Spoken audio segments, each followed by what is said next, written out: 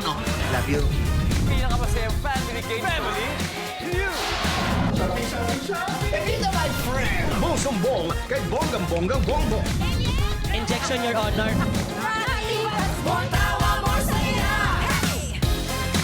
Pilipinas, it's time for Family Feud. Let's meet our two teams, Shireen Rahis and Mel Digia, with Team Good Vibes.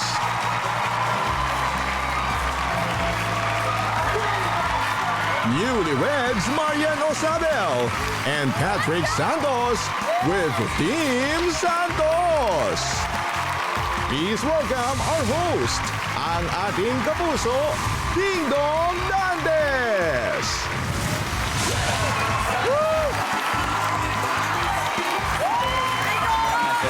Amel. Sige.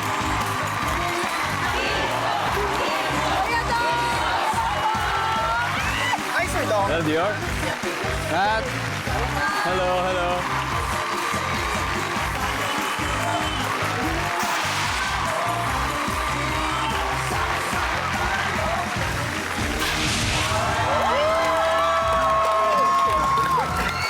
Magandang hapon, Pilipinas! Ngayon ay ang unang biyernes ng Pebrero. Bukas, weekend na. Pero hindi nyo na po kailangan antayin pa ang weekend para makabanding ang buong pamilya. Dahil this love month, araw-araw ay more tawa, more saya at more love dito sa pinakamasayang family game show sa buong mundo, ang Family Feud! Tuloy-tuloy lang po ang maagang celebration natin ng Valentine's. Kasama ang dalawa nating teams. First up, make a sound that's loud para sa LGBTQ couple that's proud. Team Good Vibes. And ang kanilang team captain, siyempre, ang Cebuana power belter and veteran singer, the crystal voice of Asia, Sharon Regis. Hello guys! Eto na. Eto ang aking group na Team Vibes. Siyempre, ang katabi ko ang aking gentle giant, my partner, my manager, Mel Digia. Hey, Mel. Hello po. Welcome, Mel.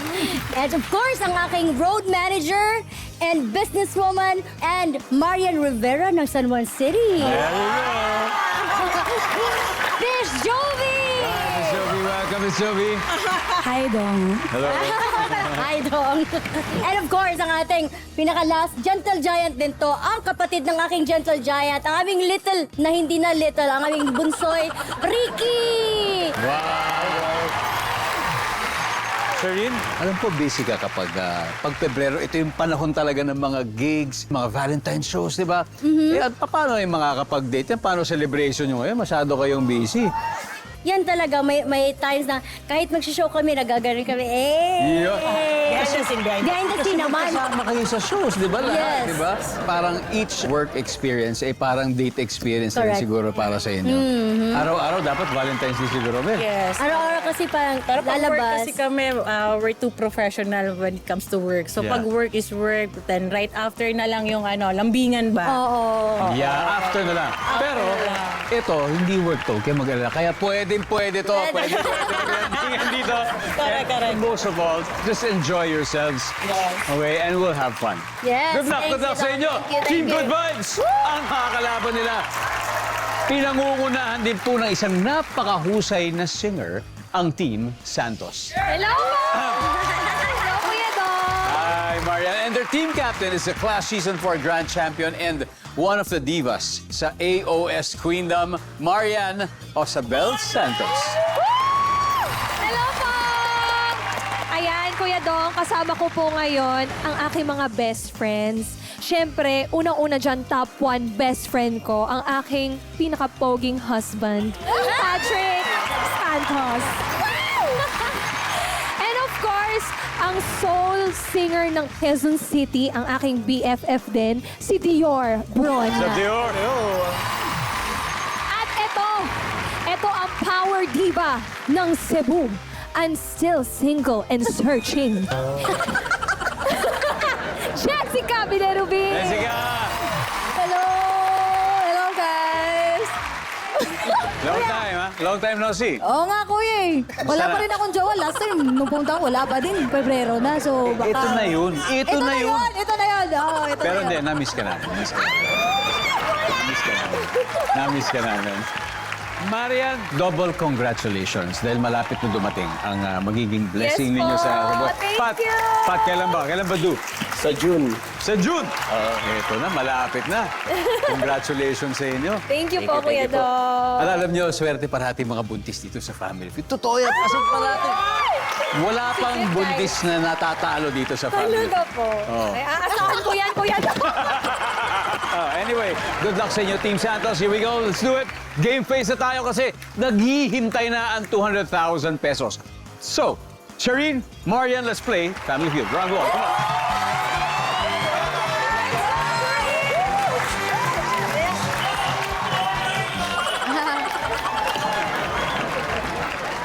Bago po ang game, gusto nating batiin ang mga criminology students ng Makati Science Institute of the Philippines. Hello sa inyo. Welcome to the show and enjoy. May isa pa, nandito rin ang senior high school students ng Holy Face of Jesus Lyceum of San Jose mula Rodriguez, Rizal.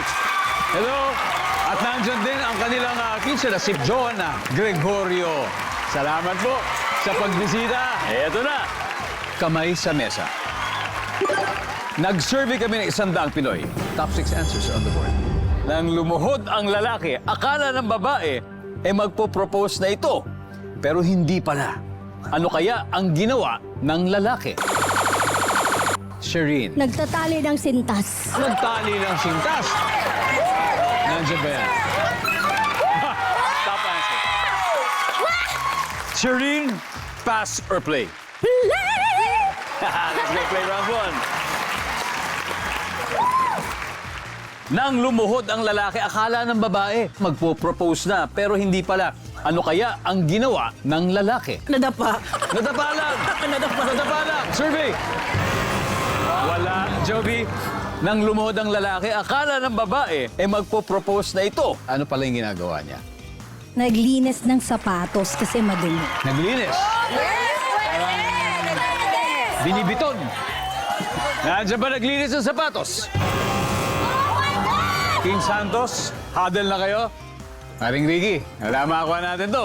Nang lumuhod ang lalaki, akala ng babae magpo-propose na ito. Hindi pala. Ano kayang ginagawa lang ng lalaki?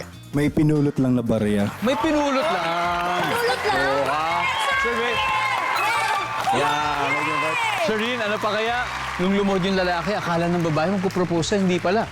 Kundi, Ano lang, may tining lang sa baba, ballpen. Pwede!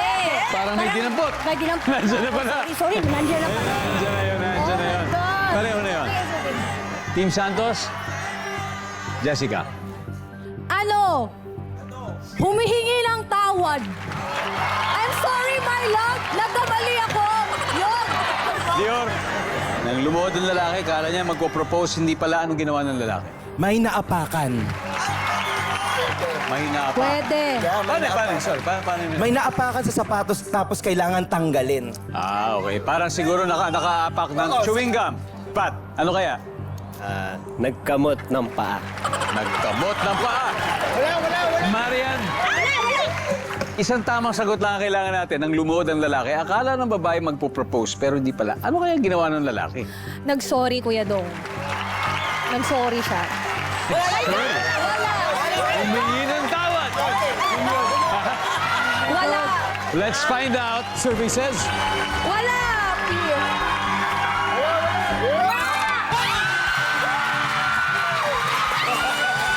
Oh my God! oh, naka 75 points agad ang Team Santos. Okay lang yung Team Vibes. Umpisa pa lang naman. Makakahabol pa naman kayo. Relax lang. Anyway, at dahil eto, may tatlo pang hindi nakuha, ibig sabihin, studio audience, eto na ang chance ninyo. Manalo ng 5,000 pesos. Ikaw. Yan. Ano na? Ano pangalan mo? Jan, Sige, ano sagot natin dito, pare? nagdasal po. Nagdasal. Pagdasal natin. Pagdasal natin. Nandiyan yan. Survey says,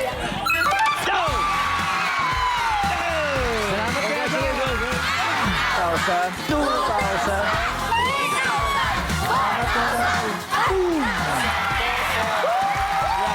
congratulations. Salamat kaya to. Thank you. Oh, may dalawa pa. Number 6. Gubat ng socks. Tanggalan ng socks and number 4.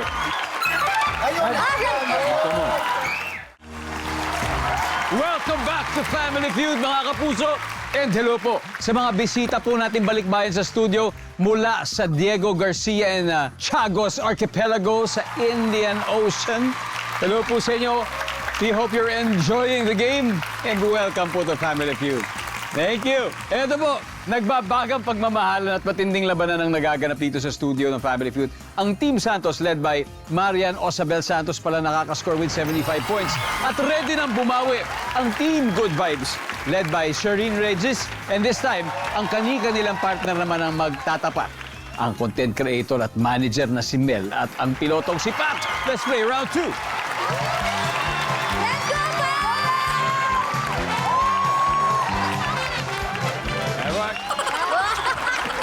Kamay sa mesa. Good luck. Top 7 answers are on the board.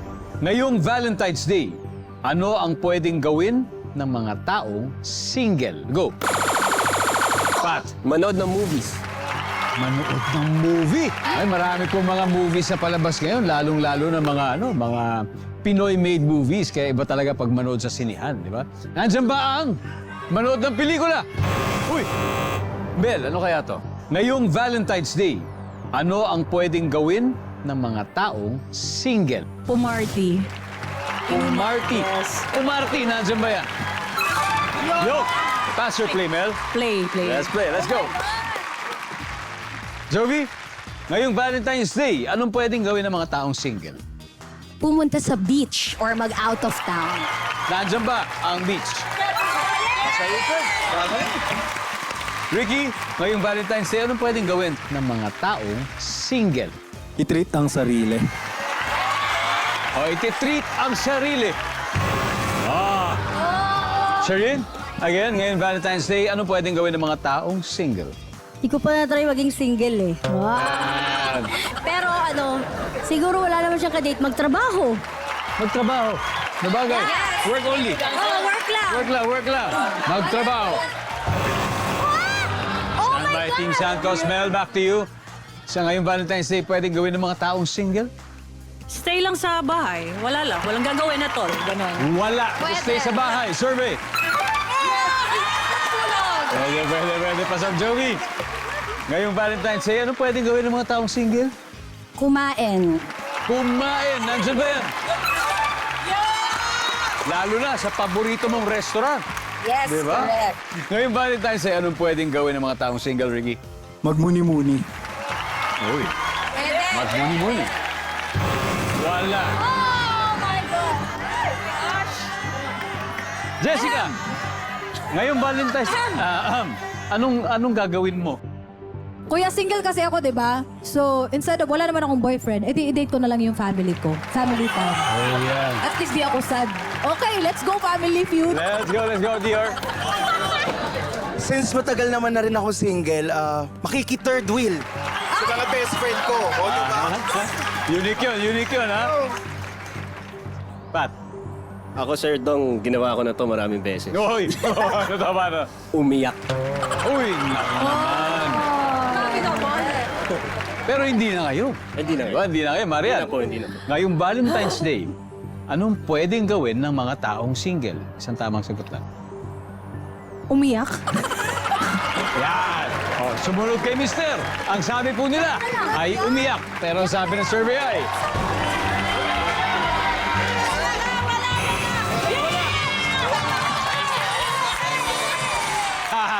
Astig talaga yung dalawang teams natin. Team Good Vibes may 67 points habang 75 points pa rin ang Team Santos. Leading pa rin. At eto, parang nagwa-wild na yung studio audience natin kasi meron pa, may tatlo pa. Hindi pwedeng hindi natin silang pasalin. At eto na ang 5,000 pesos nyo.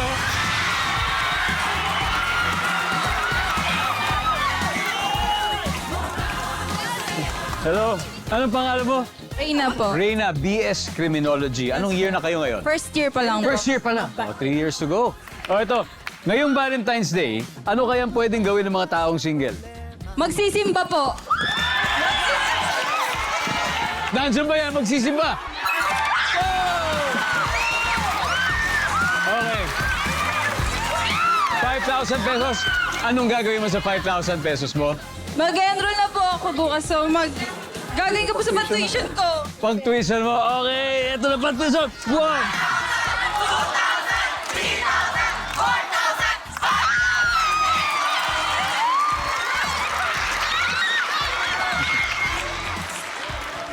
We got 2 more. Number 7. Number 2. And we are back here on Family Feud. There's an ongoing war between the team of Sharon and Mel and the newlyweds Marian and Pat. Lamang po ang Team Santos may 75. Team Good Vibes naman may 67. Kaya susunod na po maglalaro ay ang road manager ni Serene na si Joey at ang BFF ni Marian na si Dior. Let's play round 3.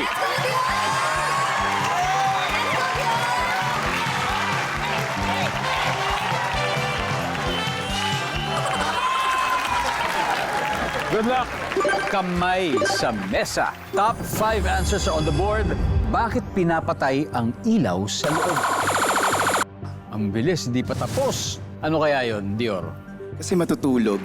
Tama. Tapusin ko, ha? Kapag ilaw, matutulog. Tama. Bakit pinapatay ang ilaw sa loob ng bahay?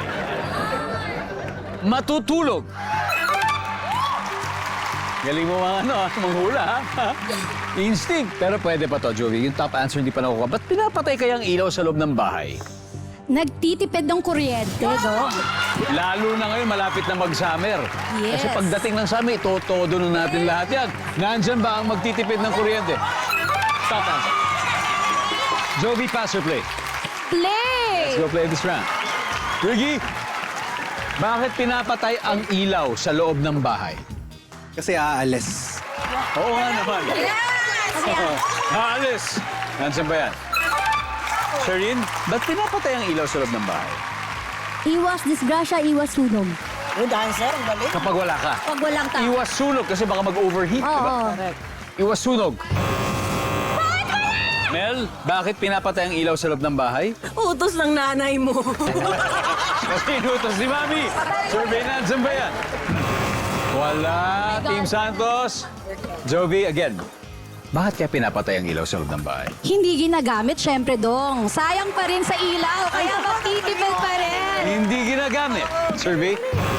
Wala. Jessica, ba't kaya pinapatay ang ilaw? Bakit pinapatay ang ilaw dahil manonood ng movie? Totoo yan. Iba yung experience kapag nanonood kang walang distraction. Oo. So papatayin mo yung ilaw para nakafocus ka talaga sa TV, di ba? Okay. Dior. Nagtatago kasi may naniningil. Meron pala yun, ha? Pwede yun. Tip yan. Kung yari walang tao, Pat. O Kuya Dong, labing-labing. Labing-labing. Mariam, bakit pinapatay ang ilaw sa loob ng bahay? Ako, I'll go with Jessica's answer. Manonood ng movie. Oh, parang sine. Okay. Sana meron! Meron yan! Meron! Ang sabi po nila ay manonood ng pelikula. Ang sabi ng survey ay... Wala!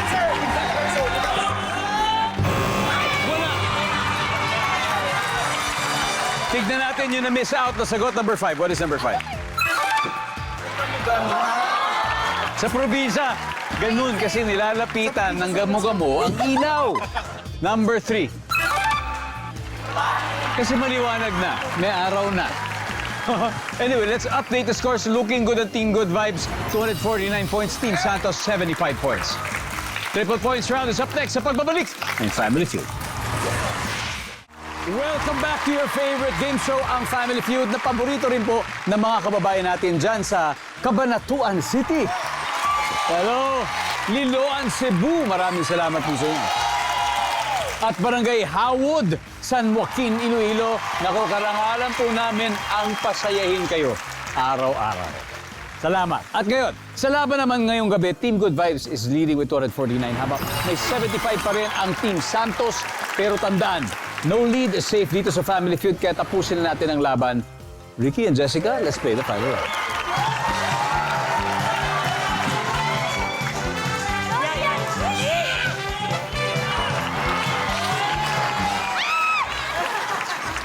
Triple points na tayo.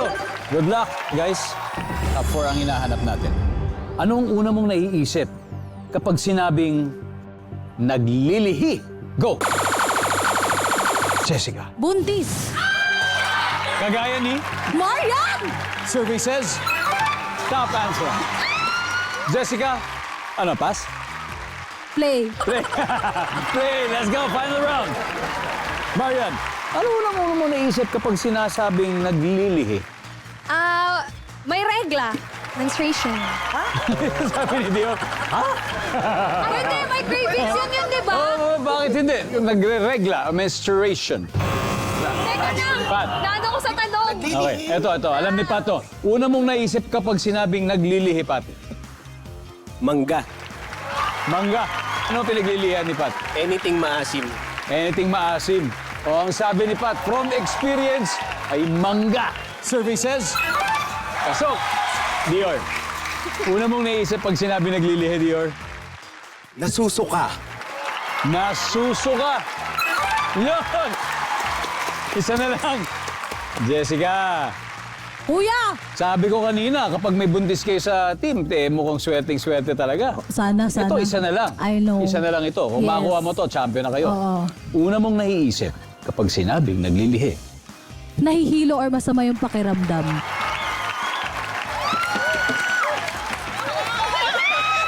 For the win, ang sabi niya ay nahihilo. Ang sabi ng ating survey ay...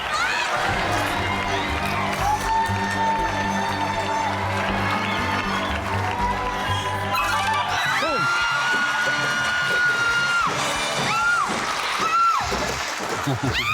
Alright, ang ating final score, Team Santos, 369 points. Team Good Vibes, 249. It was a great game. Very, very close. Congratulations. Sana yung nag-enjoy kayo. Yes, super! Thank you so much. Thank you. At dahil dyan, mag-uwi pa rin kayo ng 50,000. Great job, great job. Mel, thank you. Joey, Ricky, maraming salamat sa inyo. At eto na, Team Santos, congratulations. Nanalo na kayo ng 100,000. Ha? Okay, Marian, sino maglalaro sa Fast Money?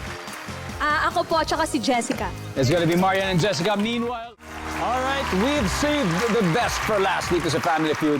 Kanina, nanalo po ng 100,000 Team Santos. Ang goal nila ay makakuha ng total cash prize of 200,000 pesos.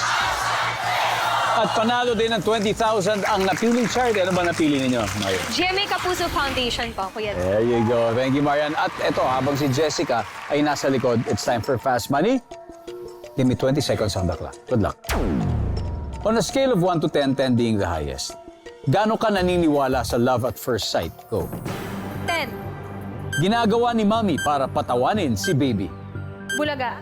Sa park, saan tumatambay ang magjowa? Sa swing. Favorite food ng kaibigan mong Cebuano? Tuyo. Kadalasan kumakain ka ng hapunan bago sumapit ang anong oras? 6. Let's go, Marian! Tingnan natin kung ilang points ang nakuha mo. On a scale of 1 to 10, gaano ka naniniwala sa love at first sight? Sabi mo, 10! Talagang full enthusiasm. Survey says, ginagawa ni Mami para patawanin si Baby. Sabi mo ay... Bulaga. Agwa. Oo. Agwa. Agwa. Go. Sa park, saan tumatambay ang magjowa? Sabi mo ay sa swing. Sabi na survey. Favorite food ng kaibigan mong Cebuano? Sabi mo tuyo, like danggit. Oh, danggit, yes. Naku, danggit. Nandiyan ba ang tuyo? Kadalasan kumakain ka ng hapunan bago sumapit ang 6. Maaga to. Ang sabi ng survey, 89 points. Very good start, Marian. Thank you po. Balikan na dito at tawagin natin si Jessica. Let's Hi, go. Jessica. Kuya.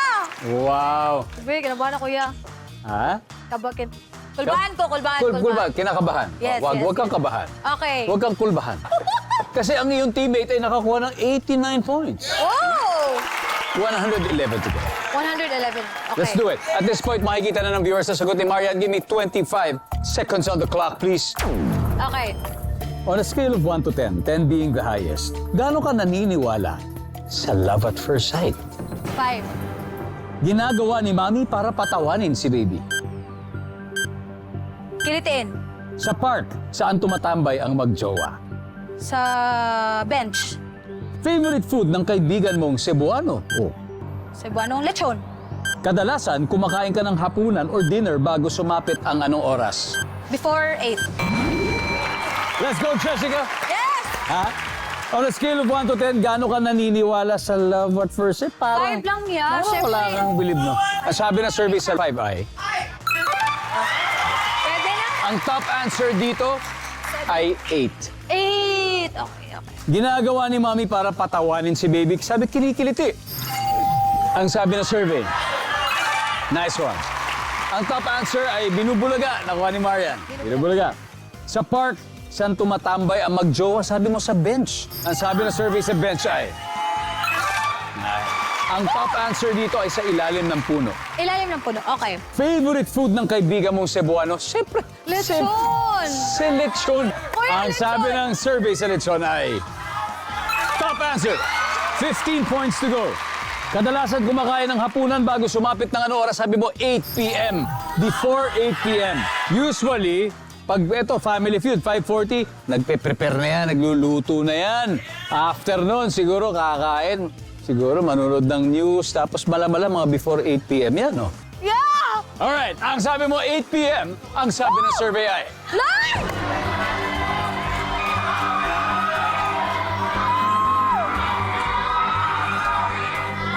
Top answer!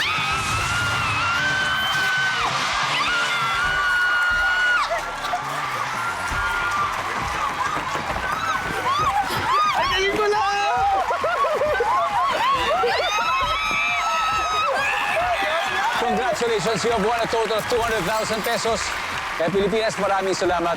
Ako po si Ding Dong Dantes. Araw-araw na maghahatid ng saya at papremyo. Kaya maghihula at manalo dito sa Family Feud.